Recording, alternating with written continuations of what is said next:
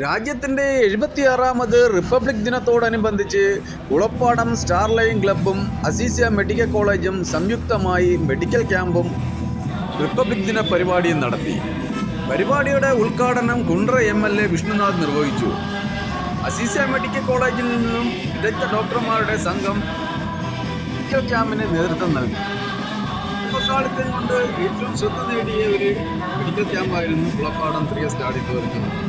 അധ്യക്ഷനായി Starline club president Jameer, സ്വാഗതം മുഹമ്മദ് ഷാ, മൻസൂർ, ഫൈസൽ കുളപ്പാടം, സാജിദ് മേലൂട്ട്, ഷഹീർ, ഇർഷാദ് കുളപ്പാടം തുടങ്ങിയവർ പങ്കെടുത്തു.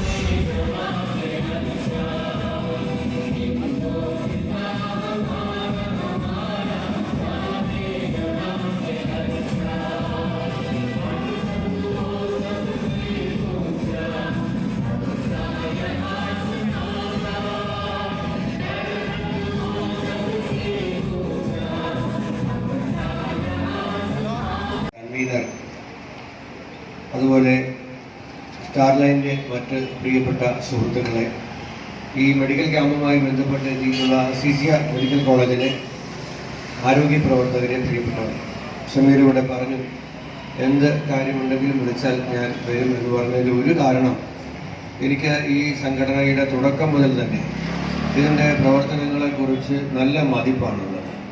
ആദ്യം തന്നെ ഇവിടെ വന്നു വളരെ മനോഹരമായ ഒരു ലൈബ്രറി, ഞാൻ ഇന്ന് ലൈബ്രറിയുടെ ചുമതലയുള്ള സ്നേഹിതനോട് ചോദിച്ചപ്പോൾ 40-ലധികം പുസ്തകങ്ങൾ ഇപ്പോൾ തന്നെ കുട്ടികൾ വായിക്കാൻ വേണ്ടി എടുത്തുകൊണ്ട് പോയി എന്നാണ് പറഞ്ഞത്. അപ്പോൾ അത് തന്നെ ഒരു ലൈബ്രറി യഥാർത്ഥത്തിൽ നമ്മൾ ഉദ്ദേശിക്കുന്ന തലത്തിലേക്ക് ആദ്യത്തെ വർഷങ്ങളിൽ തന്നെ മാറി എന്നുള്ളത് വലിയ സന്തോഷമുള്ള ഒരു കാര്യമാണ്.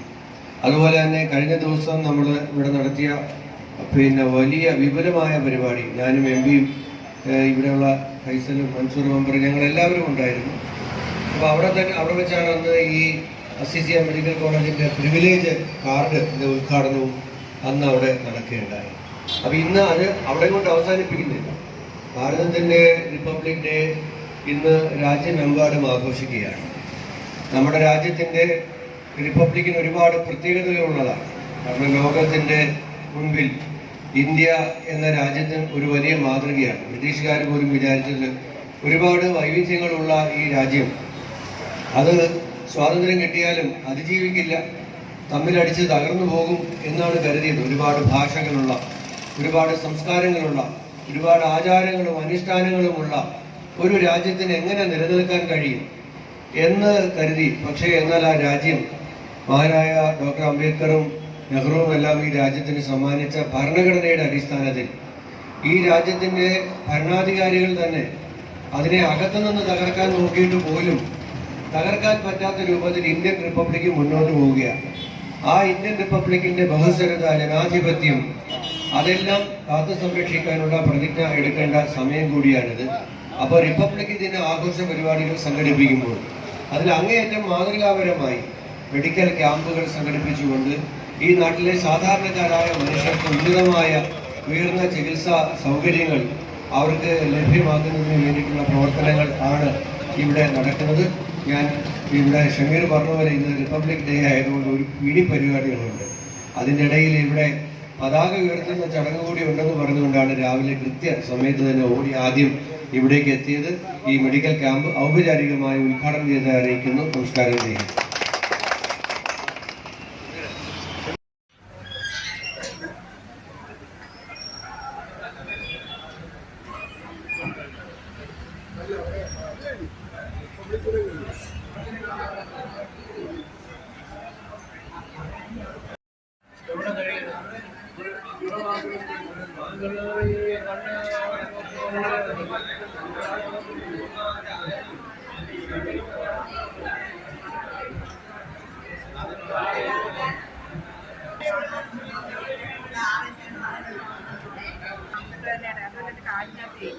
ഇഴച്ചിട്ടുണ്ട്, അതും കൂടെ കാണിക്കേണ്ടത്.